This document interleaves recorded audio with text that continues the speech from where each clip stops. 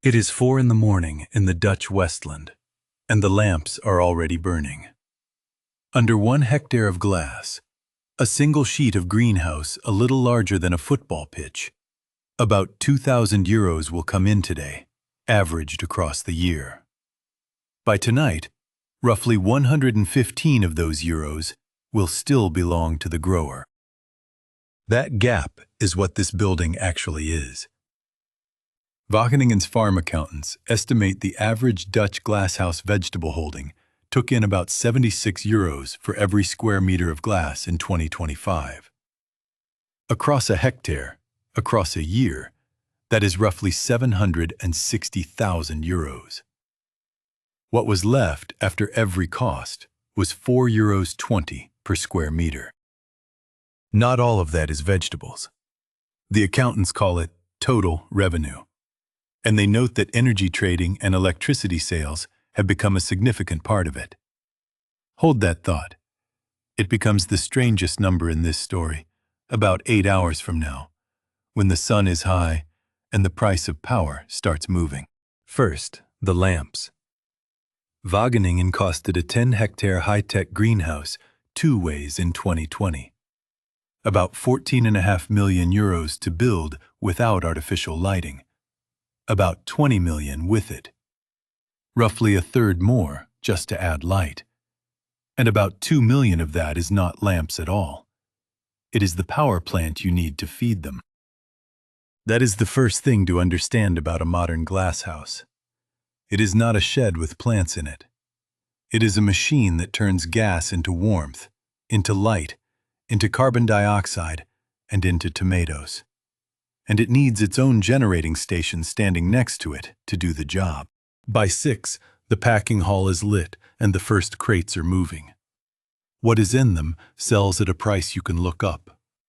Eurostat puts the average price Dutch growers received for greenhouse tomatoes in 2024 at about €1.20 a kilo at the farm gate, before tax and before any subsidy.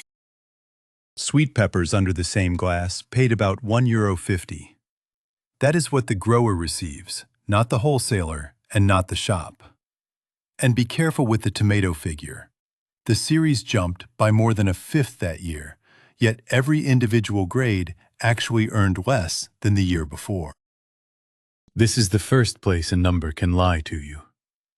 A rising average is not a rising price. It can simply mean the basket has changed. Growers had gone back to lighting their crops through the winter, and cherry tomatoes went under lamps for the first time. Expensive fruit entered the mix and lifted the average. So the produce leaves at roughly €1.50 a kilo, and the glass makes a great deal of it. Wageningen researchers wrote in a trade journal in 2010 that tomatoes in an open field yield on the order of 3 to 8 kilos per square meter a year. Under high-tech glass, 50 to 80. 10 to 20 times as much from the same square meter. Part of that gap is simply time. A glasshouse crop is picked for 10 or 11 months, while a field crop gets 1 season. And the word matters. This is Dutch glass. Spanish plastic greenhouses yield roughly 7 to 16 kilos, which is field territory. Someone has to pick all of it. Under the Dutch Glasshouse Collective Agreement, the bottom of the adult pay table, the picking and packing grade, is €14.99 an hour as of August 2026, and that whole scale tops out at $15.89. 6 steps, 18 cents apart. That is the floor, not the average, and it is gross pay to the worker. Holiday allowance, pension, and social charges sit on top of it for the employer. For many of the people on the aisles, it also comes before a deduction for the housing their employer or their agency provides. Add it up, and the wage bill is the second engine of this building. Wageningen estimates the average Dutch glasshouse vegetable holding paid more than €786,000 in wages in 2025. Paid labor only, not the owner's own hours. That is up more than a tenth in a single year. Now count the people. At the end of 2023, the Dutch glasshouse vegetable sector had 684 companies with staff and just over 10,000 people on their own payroll, worth only about 7,500 full-time jobs. The average working week runs 28.5 hours. And that payroll is the smaller half of the story. Across all Dutch glasshouse horticulture, the workforce runs at about 58,000 people through the year and swells to almost 92,000 at the end of July. At that peak, only 34,000 of them are on a grower's own payroll. The rest are mostly hired in. At about 9, a van pulls up with the pollination. A commercial tomato greenhouse does not keep bees. It buys them. Ohio State's Extension Service recommends stocking bumblebee colonies at 7 to 15 per hectare, and the boxes arrive holding one mated queen and about 100 workers. They are not livestock. They are consumables. Coppert, the largest supplier in the United States, tells growers to pull every hive within 10 weeks of putting it in. Manitoba's rules go further and cap a colony's service life at 8, after which the hive must be frozen solid and then incinerated, which means the delivery never stops. Nature Fresh Farms, a large grower, takes in 12 to 20 new hives every week for a single 30-acre greenhouse. Not a few deliveries a year, a permanent drip, arriving on a van all season, because the workforce doing the pollinating dies on a schedule. It is a small line in the accounts. A hive costs a few $100s retail. But it tells you what kind of business this is. Almost everything inside the glass is a subscription. The light, the warmth, the carbon dioxide, the bees, the people. Stop paying any one of them, and the yield stops. By midday, the sun does the work, and the question flips from how much light to how much heat. Gas is the input that matters. In 2025, the average gas price for Dutch business users in the consumption band where a typical glass house sits was about 75 cents a cubic meter, with taxes counted in. 4 years earlier, it was 42 cents. But do not hear that as a price still climbing. It is roughly where it stood in 2023, and through 2025, it actually fell. About 83 cents in the first half of the year, 66 in the second. This is the plateau after the shock, not the shock itself. The shock itself is worth seeing. Wageningen put the energy bill of the average Dutch glasshouse at €9.30 per square meter in 2020, $15.30 in 2021, and $23.80 in 2022. On a hectare of glass, that is a jump from about €93,000 a year to about €238,000. At the peak, energy reached an estimated 40% of total costs at the average Dutch glass vegetable farm, the highest share anywhere in the sector. Pot and bedding plant growers sat at under 18. So you would expect the vegetable growers to be the ones who went under that winter. They had a good year.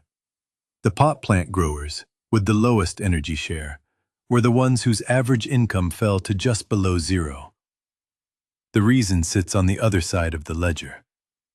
Electricity sold from their own generators was 32% of the average glass vegetable farm's total revenue in 2022. Dutch greenhouses are power stations that happen to grow food.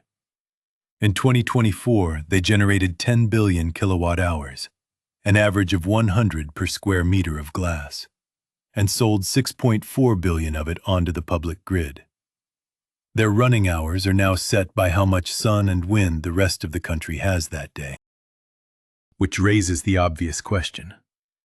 If the machine is this productive, what is the machine worth? There is a real number from a real sale. In December 2022, an American company called AppHarvest sold its greenhouse in Berea, Kentucky. 15 acres of automated glass growing salad leaves, for $125 million, according to its own annual filing. That is about $8.33 million for every acre of glass. The average acre of American cropland was worth $5,830 in 2025, on the order of 1,400 times less. But that is not land against land, and the difference matters. The cropland figure is bare dirt. The $125 million bought land, glass, climate computers, and an automated growing system on a property of about 40 acres. Measured against all of that ground, the multiple falls to a few hundred. The honest version is still remarkable. The building is worth vastly more than the farm beneath it. And that price was not a simple sale either. It was a sale and leaseback. AppHarvest sold the building to its own produce distributor and rented it straight back at 7.5%. And once prepaid rent had gone back out of the door, it kept about $57 million. Remember that structure. Because AppHarvest is the other half of this story. The same physics, the same glass, the same lamps, built in Appalachian Kentucky with investors' money instead of a Dutch family's balance sheet. It went public through a blank check merger at the start of 2021, valued at $1 billion. Within weeks, the market valued it at about $3.7 billion. Its flagship greenhouse in Moorhead sat on more than 60 acres of a former cattle field. It was the largest of its kind in the country, and it was going to do to American tomatoes what the Dutch had already done to European ones.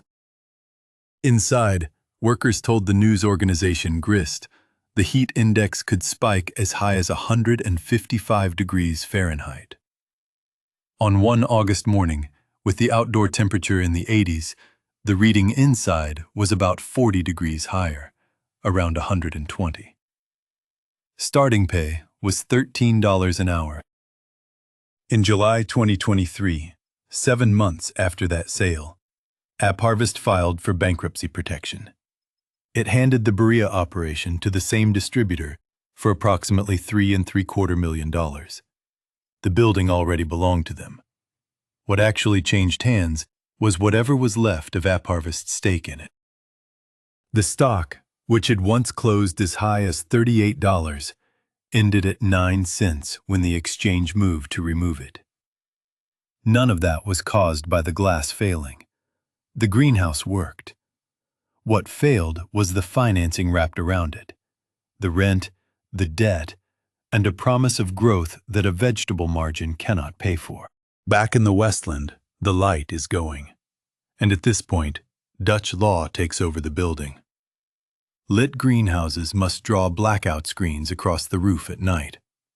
The brightest installations, over 15,000 lux, have to cut the light escaping upward by at least 98%, from sunset to sunrise.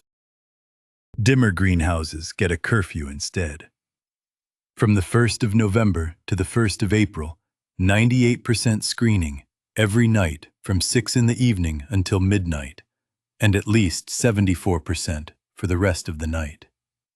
The sidewalls close too, and from outside, no one may see the lamps directly. So the glow goes out. Not because the greenhouse has stopped. The lamps are still burning underneath. The engines are still running. The crop is still growing at 10 to 20 times the rate of a field.